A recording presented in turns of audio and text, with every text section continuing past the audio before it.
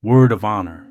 Winter had settled over Canton by December of 1942. The cold winds rolled across the cotton fields and dusty roads as young men throughout the South prepared to leave home for war. At the small train station near town, families gathered with tears, prayers, and hopeful smiles, while the sound of steam engines echoed through the morning air. Among the young men boarding the train were Wesley Howell and his lifelong friend, John Lee Larry. The two stood proudly in line, wearing plain clothes and carrying small duffel bags, waiting to enlist in the United States Army. Though they walked side by side, their reasons for joining were very different. John Lee Larry wanted adventure. He wanted to fight, but Wesley carried something heavier in his heart, a promise. As the train whistle blew loudly in the distance, Wesley looked back one last time toward Canton, thinking about Rose standing outside the church beneath the Mississippi sun. "I'm coming back for you," he whispered quietly to himself. Weeks later, the cold December mornings at Camp Shelby, Mississippi, were nothing like life back home. Army drill sergeants barked orders before sunrise, while rows of young soldiers marched endlessly across muddy training grounds. "Move! Move! Move!" one sergeant shouted as soldiers scrambled into formation. Wesley and John Lee Larry marched side by side through the freezing morning air. After hours of training, Wesley wiped sweat from his forehead and laughed. "You know something, John?" he said. "This Army training ain't nearly as hard as I thought it would be." John laughed loudly. "That's because you crazy. You've been working cotton fields your whole life. This probably feels like vacation to you." Wesley grinned. "Man, I just want to finish this training, save some money, and get back home to my sweet Rosie Lee." John shook his head. "Not me. I'm trying to fight in this war and kill some Japs."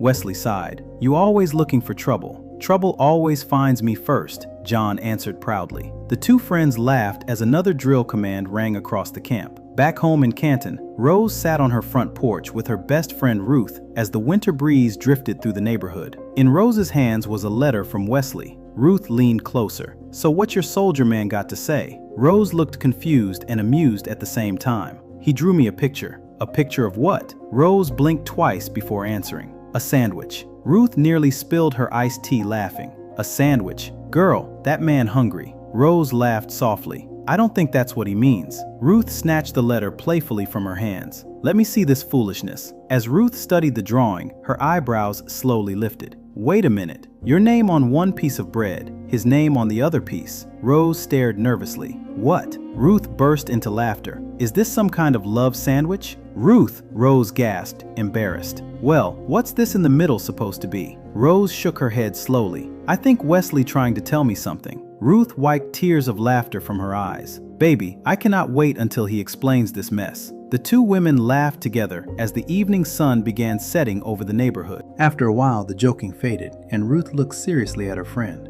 "You miss him, don't you?" Rose lowered her eyes shyly. "Maybe a little." Ruth smiled knowingly. "Girl, you think about that man all day."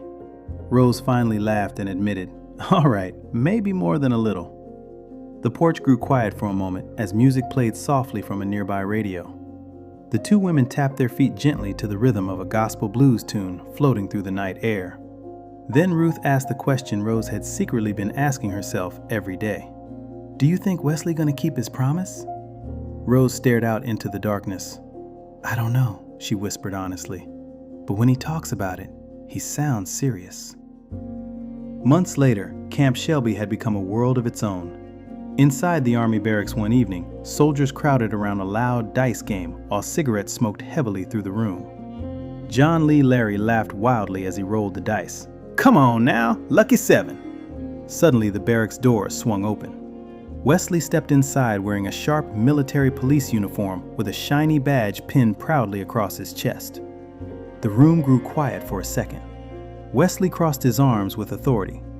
"If y'all planning on continuing this dice game," he announced, "I'm gonna need a cut of the action." The soldiers exploded with laughter. John nearly fell off his bunk laughing. "You," he shouted, "military police? In this man's army? Lord have mercy." Wesley straightened his uniform proudly. "You'll never guess why they picked me." John smirked. "Because you ugly and stupid." Wesley grinned slowly. "No, because I know your mama." The room erupted again. John pointed at him dramatically. "Now, Wesley, you know we don't talk about mamas." Wesley laughed harder. Man, they thought I was white. John paused and studied him carefully.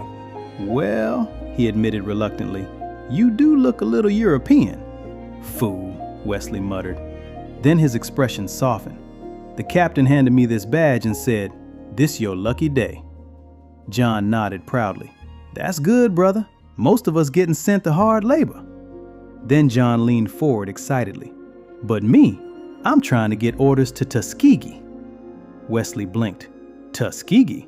Boy, you trying to learn how to fly? John looked stunned. Fly? I don't even know how to drive. The barracks roared with laughter again while the dice game restarted. And somehow, despite the war raging across the world, for a few moments, life felt normal again. Several months later, spring returned to Canton. Rose stood outside the church with Ruth early Sunday morning, preparing for Sunday school. What you teaching today? Ruth asked. Rose smiled warmly. The lesson is called Forgiveness and Never Forgotten. Ruth nodded. That's powerful. Rose lifted her Bible gently. Without forgiveness, people stay lost. Amen, Ruth replied. As they continued talking, Ruth suddenly squinted toward the road. Who are those two fine men walking this way? Rose turned casually, then froze. Two soldiers in uniform were slowly approaching the church. Ruth grabbed Rose's arm tightly. Wait a minute, that's Wesley. Rose's heart nearly stopped. And that gotta be that funny-looking John Lee Larry beside him, Ruth added. The moment Wesley saw Rose, he began running. Rose dropped everything in her hands and ran toward him too. When they reached each other, they embraced tightly beneath the morning sun, laughing, crying, hugging, and kissing while church members watched with smiles across their faces.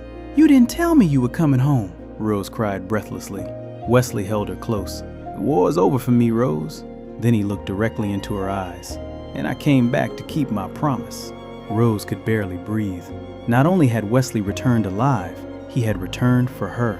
And standing there in that army uniform, smiling down at her with love in his eyes, he looked more handsome than she had ever seen before. Wesley gently held her hands. After church, he said softly, I'm asking your father for permission to marry you. Rose smiled so hard, tears rolled down her face. That afternoon, surrounded by family, friends, and church members, Wesley kept his word. He stood before Rose's father with respect and honor and asked for his blessing.